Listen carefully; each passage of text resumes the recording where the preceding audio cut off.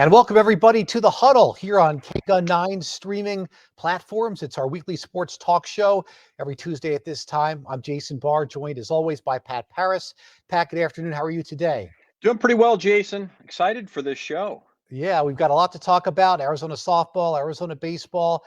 We're going to talk Dalen Terry. But first, let's bring in our guest for this week, and he is University of Arizona baseball catcher Daniel Susac. Daniel and the baseball team getting ready for the Coral Gables Regional. Daniel is all-conference Pac-12. He's won so many awards and accolades, too many to mention. But Daniel, thanks for taking a couple of minutes here to join us on the Huddle. Where are you joining us from? Are you in Coral Gables right now, or are you still in Tucson? I am currently still at my house in Tucson right now. All right, terrific. Well, what was your first reaction when you saw the draw and you're going to be heading to the regional hosted by the University of Miami? I was excited. It was kind of getting there towards the end. So I think everybody's tensions were high in our clubhouse. But we were really excited to see that we got in. We're excited to get out there. We leave tomorrow to get to Coral Gables. So excited to get out there. What did the Pac-12 tournament first ever mean for you, and what did it mean for your guys? I mean, it definitely simulates what you're going to be experiencing in the postseason for sure. Yeah, it was a lot of fun. I think, especially for freshmen, I think it was a good way to, transition into that playoffs last year. So, most of the guys, obviously, from last year's team had that experience on that playoff run.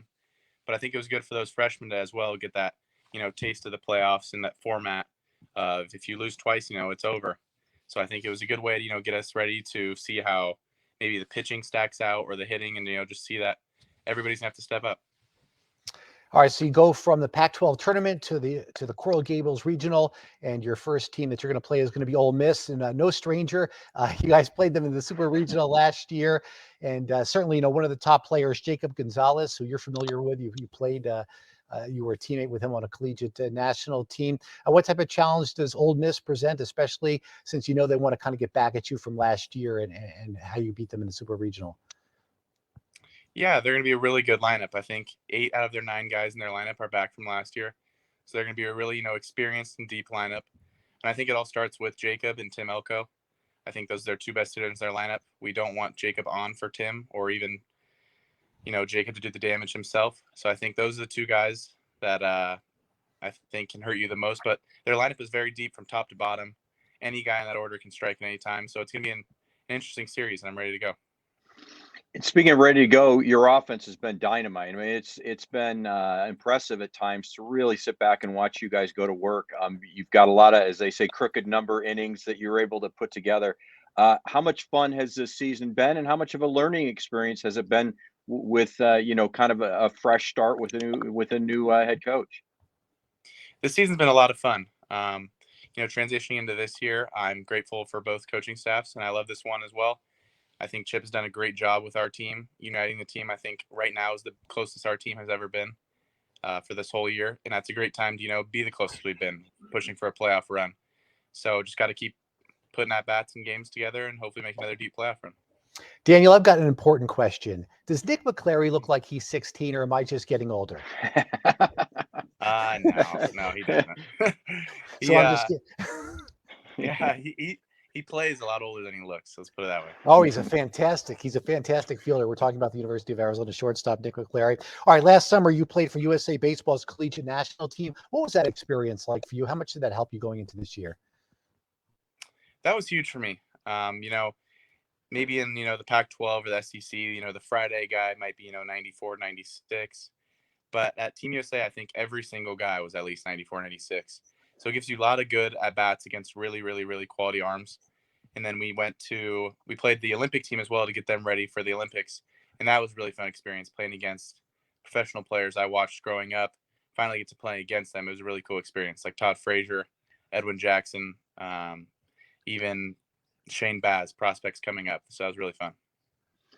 How have you handled this season, Daniel, as far as being kind of the guy and under the spotlight, not just for the University of Arizona, but nationally? You've been under the microscope in a lot of ways. How do you handle that pressure? For me, it's not much of a pressure. I consider it a compliment. I'm just going to go out there the same way and play my game every day. Just continue to work hard for our team and try to win. And I just take it as a compliment that people notice me and notice the ability. And to me, it's just, about being with my teammates and trying to win a championship with them. And your former coach, Jay Johnson, compared your swing to that of Mike Piazza, which is a heck of a compliment. Which catcher did you admire growing up while you were playing?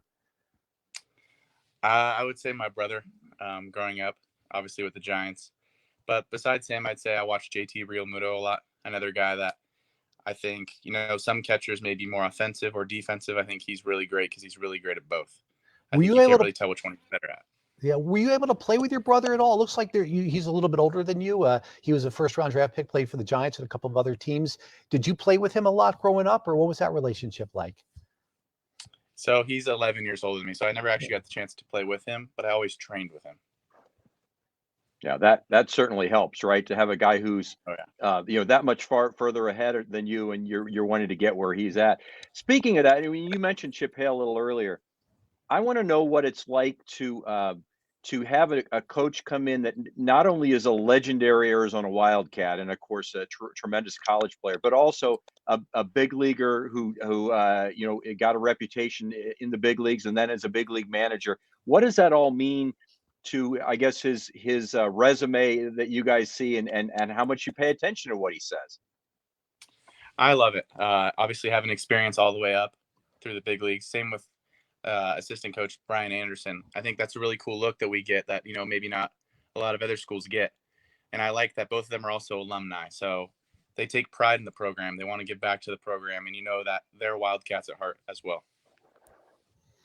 Yeah, we mentioned your brother, but you also have a cousin who's on the Arizona baseball team, Anthony Susac, I believe, and didn't have a great year, maybe ERA wise, but also somebody who's coming off an injury. What's it like catching him? And I know you guys have a good chemistry from when you played together in high school. Yeah, we've always had a great chemistry. I would say we're coming up on probably 250 times I've probably caught him in a game ever since we were 6 or 7. And I think I could know what pitch he was throwing every time without even putting down the signs. We, at times, will yell at each other in Croatian. We know a little bit of it. We'll yell out some signs. Some hitters will ask what I just said, and I'll be like, don't worry about it. But yeah, I think he's going to keep growing into his shoes. He's going to be a really great pitcher for us.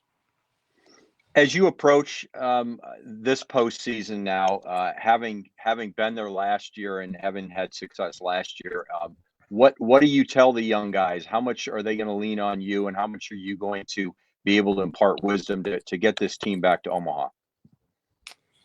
I would say the biggest advice I'd give for the younger guys on the team would be, if you're going to play for anything, play it for the seniors. Some of them, it could be their last game. So do it for them. You want to make that deep run for them, go out on a good note, and just leave it all out on the field. Don't go home with any regrets of, maybe I could have gone harder, tried harder, done this, done that. Just leave it all on the field. Ole Miss is certainly your first opponent, but you've got to get through Miami if you're going to get through that regional. You take a look at their roster, and they've got a good third baseman in Yohandy Morales. But looking at some of the notes here, they have 13 victories against top 25 teams, but they've lost 6 out of their last 8 games. What type of challenge do the Hurricanes present? And do you think they could be vulnerable, a team that's lost 6 of its last 8 going into the postseason like this? I think they're a historic program. I think they're very well traversed for the postseason. They're going to know what to do, and especially on their home field, they're going to have their fans. So I think we're still coming in with the underdog mentality. We're going to have to come there. We're going to have to get through Ole Miss first. That's our first game we're worried about. Then the rest will take care of itself. But there's a lot of good teams in this tournament. I think we got 4 really good teams in our part of it as well. You mentioned Miami being a legendary program. So is the University of Arizona. 41 times making the NCAA tournament, and that's only a handful of schools have ever done that.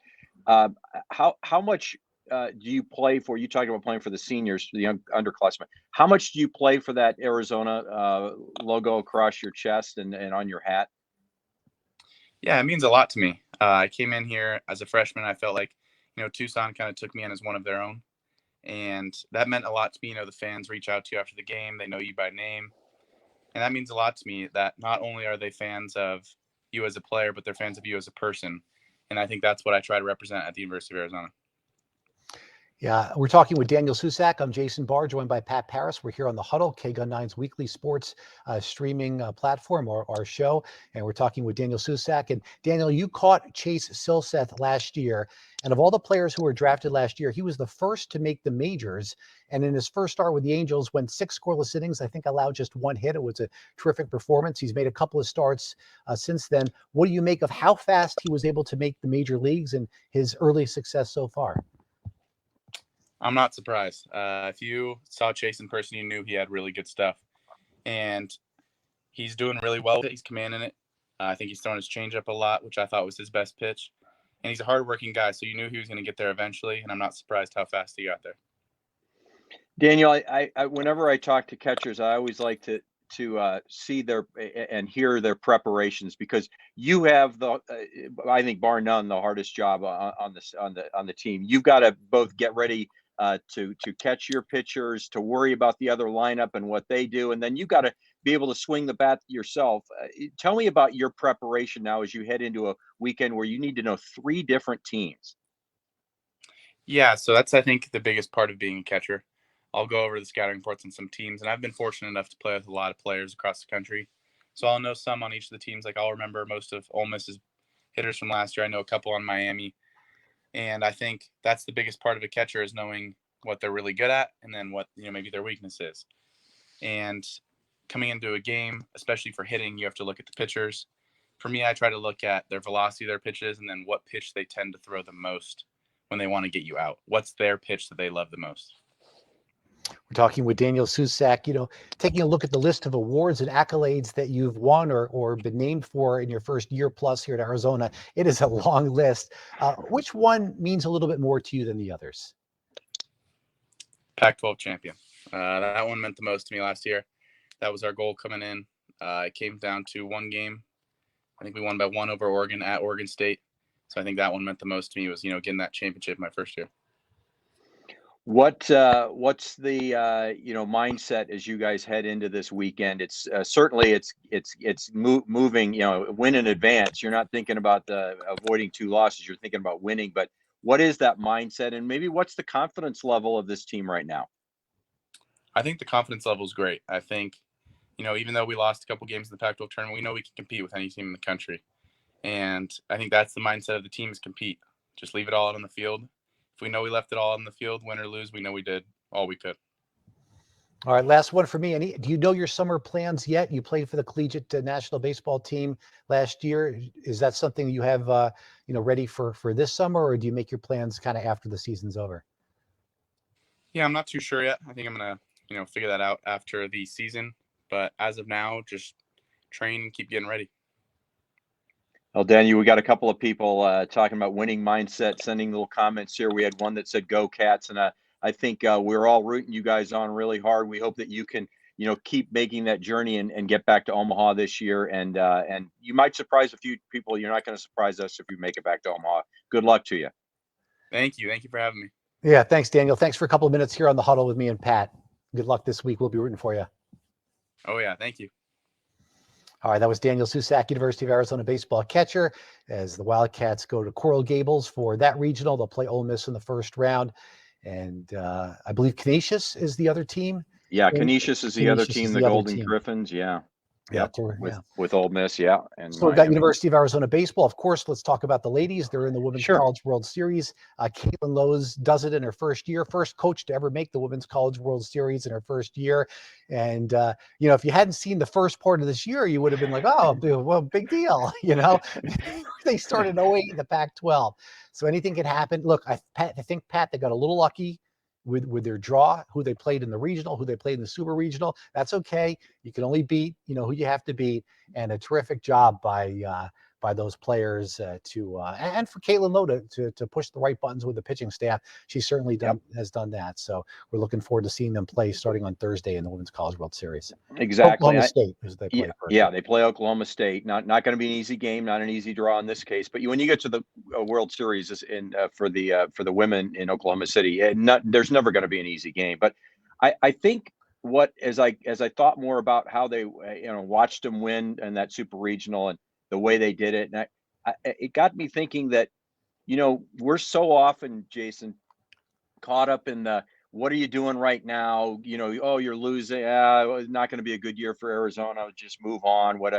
But remember, this is a long game for them. The long game for them is getting in a position to get a bid to get to the postseason, and they took their lumps, and she developed this team, and she had to do a lot of things right and do things well, and she got this team playing their best softball right towards the end of the season and into the postseason. And so I think maybe that's the benefit of having a Caitlin Lowe who knows, has been around a few years, coaching, and then of course she was a terrific player as well. But some of that Mike Candrea stuff rubbed off on her, as far as knowing that you're not going to win anything in that first few weeks. You're not going to win anything in the first 8 games of the Pac-12 regular season. So they positioned themselves well towards the end of the year, and that's all they needed to do. So that's Arizona baseball and softball, and the basketball team with a little bit of news here because it's decision time for Dalen Terry. He has until tomorrow to decide whether or not he's going to withdraw his name from the NBA draft and return to Arizona, or keep going. I believe what he said is if he's going to think he's going to be a first-round draft pick, he's going to stay and he's going to go in, or he's going to leave and go NBA. And if he's not going to be a first-round draft pick, he's going to come back. He actually worked out for the Indiana Pacers today. And the Pacers put up a soundbite little interview they did with him on social media, on Twitter, and I believe we have a little bit of that. Let's hear from Dalen Terry today on what he told the Indiana Pacers. It's been great. Obviously, it's been a lot of ups, and I'm definitely landing into a decision. So it's just great to go through this process. I'm blessed to be here. It was the best basketball year of my life, honestly. And it was great just to be with those guys, me being a Christian, especially the other guys. Like, we got memories I'm always remember forever, no matter what I do. And if I go back to school, we're gonna make some more memories. And if I don't, I have some good memories this last year. Yeah, he's got a tough decision, Pat, and you hope he comes back if you're an Arizona basketball fan, right? Certainly it would be more minutes for Pelle Larsson and Udama Ball, if he doesn't.